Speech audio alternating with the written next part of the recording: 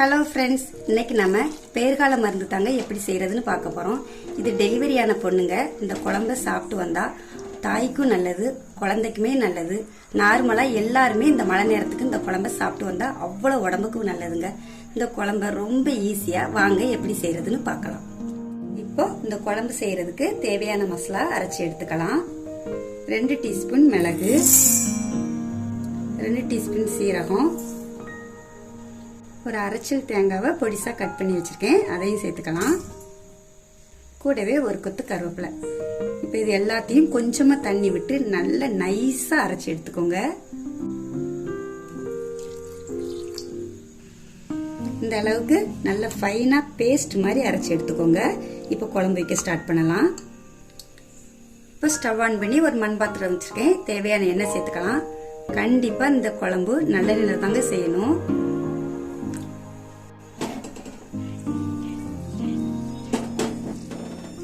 எண்ணெய் நல்லாவே சூடாயிடுச்சுங்க. இப்ப இது கூட ஒரு ஸ்பூன் கடுகு உளுந்தம்பருப்பு சேர்த்துக்கலாம். பாருங்க, கடுகு பொரியவும் 1/4 ஸ்பூன் வெந்தயம், கூடவே ஒரு கொத்து கருவேப்பிலை. இது கூட ஒரு 30 பல் பூண்டை உரிச்சு வச்சிருக்கேன், அதையும் சேர்த்துக்கலாம். கூடவே 2 கைப்பிடி சின்ன வெங்காயத்தை பொடிசா கட் பண்ணி வச்சிருக்கேன், அதையும் சேர்த்துக்கலாம்.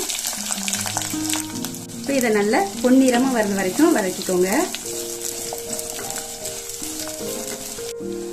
பூண்டு வெங்காயம்லாம் உங்க தேவைக்கேற்ப சேர்த்துக்கோங்க.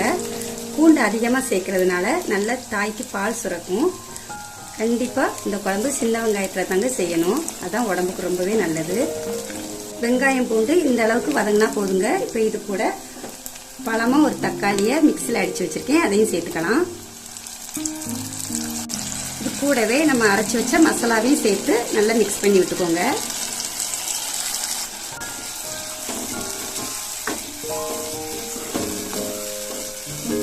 இந்த மிக்ஸி ஜார்ல கொஞ்சமா தண்ணி ஊத்தி இந்த குழம்போட சேர்த்துக்கலாம். கூடவே ஒரு நெல்லிக்காய் சைஸ் புளிய தண்ணியில கரைச்சி வச்சிருக்கேன், அதையும் சேர்த்துக்கலாம். இப்ப இது எல்லாத்தையும் நல்லா கலந்து விட்டுட்டு இந்த குழம்புக்கு தேவையான கொஞ்சமா தண்ணி சேர்த்துக்கோங்க. ரொம்ப தண்ணி சேர்க்க வேண்டாம். இந்த குழம்பு நல்லா திக்கா இருந்தா தான் சாப்பிடுறதுக்கு நல்லா இருக்கும். 1/4 ஸ்பூன் மஞ்சள் தூள், 1/4 ஸ்பூன் பெருங்காயத்தூள், கடைசியா இந்த குழம்புக்கு தேவையான கொஞ்சமா கல் உப்பு. இப்ப இது எல்லாத்தையும் நல்லா கலந்து விட்டுட்டு நல்லா கொதிச்சு வர்றது வரைக்கும் எடையா கிளறி விட்டுக்கிட்டே இருப்போம். பாருங்க, எண்ணெயெல்லாம் பிரிஞ்சு குழம்பு நல்லா திக்காகி வந்திருக்குது. இந்த குழம்புக்கு காரத்துக்கு வத்தல் பொடி சேர்க்க கூடாது, மிளகு மட்டும்தாங்க சேர்க்கணும். விஷத்தை முறிக்கக்கூடிய தன்மை மிளகுல நல்லாவே இருக்குது. குழந்தை பெற்றவங்க இந்த குழம்பை சாப்பிட்டு வரும்போது வயிற்றுல உள்ள கர்ப்பப்பையில உள்ள கழிவெல்லாம் நீங்கி வயிறு நல்லா சுத்தமாயிரும். டெலிவரியான பெண்களுக்கு கண்டிப்பா இந்த குழம்பை வச்சு கொடுங்க, அவ்வளவு உடம்புக்கு நல்லது. நல்லாவே பால் சுரக்கும்.